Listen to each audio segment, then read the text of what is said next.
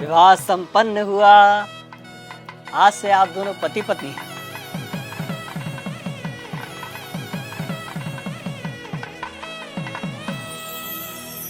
भाई साहब, पंडित जी को भी दक्षिणा देके निपटाओ बस। हाँ हाँ जीजा जी, याद है मुझे। पंडित जी, आपकी दक्षिणा। यजमान, मात्र 1100 रुपये दक्षिणा। अरे तो इतना हैरान क्या हो रहे हैं पंडित जी? जो रेट चल रहा है वही तो दिया है।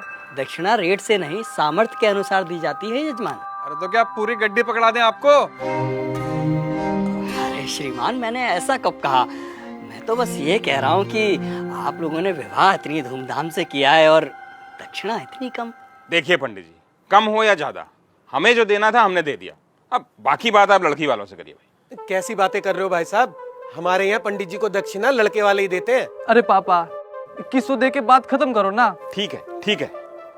भाई साहब पगला रहे हो क्या? किस बात के 2100? 1100 काफी है, उससे 1 रुपया ज्यादा मत दो।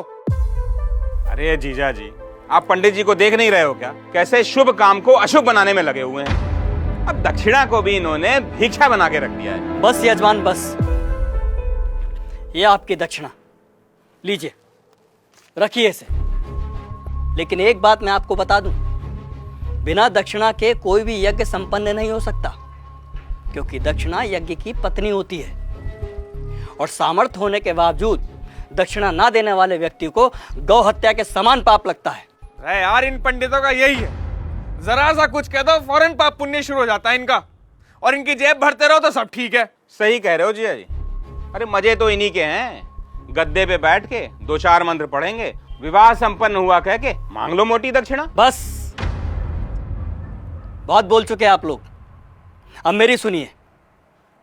अरे आप जैसे व्यक्ति लाखों करोड़ों रुपए विवाह के खान पान, गहनों, महंगी गाड़ियों, आतिशबाजी और बैंड बाजों में खर्च कर देते हैं, लेकिन जब समय आता है पंडित जी को दक्षिणा देने का, तब आपके हाथ रुक जाते हैं, मानो पंडित ने दक्षिणा नहीं आपसे आपकी संपत्ति मांग ली हो।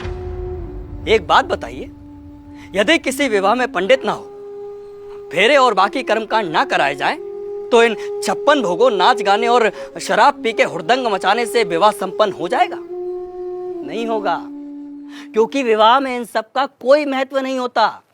लेकिन फिर भी हमारे समाज में वैदिक रस्मों की बजाय इन व्यर्थ के आडंबरों को बढ़ावा दिया जा रहा है।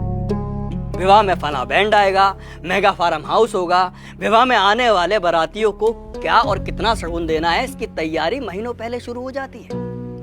और मंडप में अगर पंडित सुपारी मांग ले तो आप कहते हैं कि अरे पंडित जी भूल गए।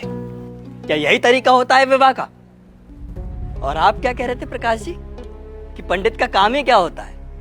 आराम से बैठ के 4 मंत्र पढ़ देना और दक्षिणा के लिए हाथ फैला देना।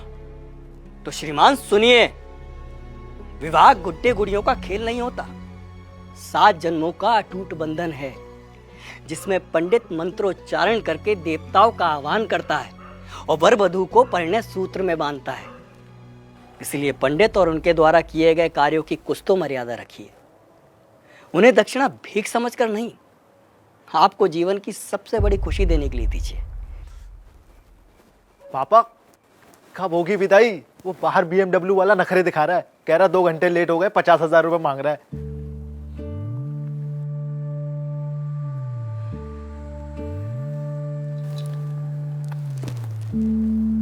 ये तुम्हारे विवाह की दक्षिणा।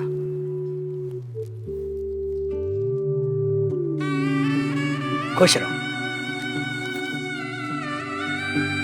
पंडित जी, पंडित जी, पंडित जी,